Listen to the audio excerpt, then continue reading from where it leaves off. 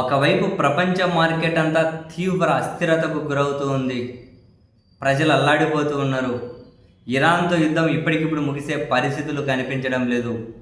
అంతర్జాతీయ చట్టాలు ఎక్కడే కూడా అమలయ్యే పరిస్థితి కనిపించడం లేదు. ఎందుకంటే ఇప్పుడు ఇజ్రాయెల్ ఏం చేస్తుంది? ఇరాన్లో ఉన్నటువంటి తాగునీటి ప్లాంట్ల మీద కూడా దాడి చేస్తున్నారట.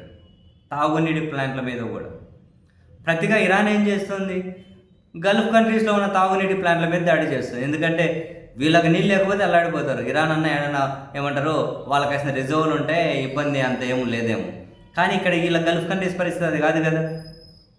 మనం ఆ రోజు మాట్లాడుకున్నాం కదా వాళ్ళ నీటి కష్టాలు ఎట్లుంటాయని క్లియర్గా ఒక వీడియోలో. సో మరి వాళ్ళ ప్లాంట్ల మీద ఇరాన్ కూడా దాడి చేస్తుంది. ఇది చాలా దారుణం. కానీ ఈ అంశం మీద, ఈ మొత్తం అంశాల మీద రష్యా అఫీషియల్గా వాళ్ళ ప్రభుత్వం ఒక ప్రకటన జారీ చేసింది. అంతర్జాతీయ చట్టాల ఉల్లంఘన జరుగుతూ ఉంది.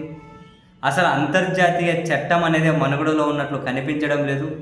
కాబట్టి తక్షణం P5 సమావేశాన్ని నిర్వహించాలి. P5 అంటే ఐక్యరాజ్య సమితిలో శాశ్వత సభ్య దేశాలు 5 ఏదైతే ఉంటాయో వాళ్ళ సమావేశం. శాశ్వత సభ్య దేశాలు అంటే Russia, China, America, France, Britain. ఈ 5 దేశాల శిఖరాగ్ర సదస్సు నిర్వహించాలి. అన్ని అంశాలను మనం అక్కడ చర్చించాలి. ఈ సమావేశం కనుక ఇమ్మీడియట్గా జరగకపోతే ఇక అంతర్జాతీయ చట్టాలు, నిబంధనలు అనేటివి ఏమీ లేదు. ఏ దేశం వాళ్ళు ఆ దేశం పని చేసుకుంటూ పోవచ్చు అన్నట్లుగానే భావించాల్సి ఉంటుంది. రష్యా దాన్ని చాలా కీటర్లు తిప్పుతూ ఉన్నట్లుంది. ఇంకా అంతర్జాతీయ చట్టాలని లేకపోతే మొదలు ఎవరు ఏది ఫాలో అవ్వక్కర్లే. మన నెక్స్ట్ దండయాత్రలే. ఇంకా ప్రపంచం అంతా కనుక ప్రపంచాన్ని ఒక సమానం చేసి పెట్టేయాల్సి ఉంటుంది. సో ఇవన్నీ నిబంధనలకు తూట్లు పడుస్తున్నది అమెరికానే అని డైరెక్ట్గా చెప్పింది రష్యా. అమెరికానే ఇరాన్ మీద వీళ్ళు యుద్ధాన్ని మొదలెట్టి కూడా అంతర్జాతీయ చట్టాలు తొంగలో తొక్కారు. ఒక సార్వభౌమత్వ దేశం మీద దాడి చేసి అధ్యక్షుని చంపేయడం అంతర్జాతీయ చట్టాలు తొంగలో తొక్కారు. మేమేమి ఇక్కడ న్యూట్రల్గా లేం, మేము ఇరాన్ వైపే ఉన్నామని అఫీషియల్ ప్రకటన రష్యా నుండి. మేము ఇక్కడ న్యూట్రల్గా లేం, అమెరికా, ఇజ్రాయెల్ చేస్తున్న తప్పు. యుద్ధం మొదలెట్టింది వీళ్ళు, రిప్లై ఇస్తుంది ఇరాన్.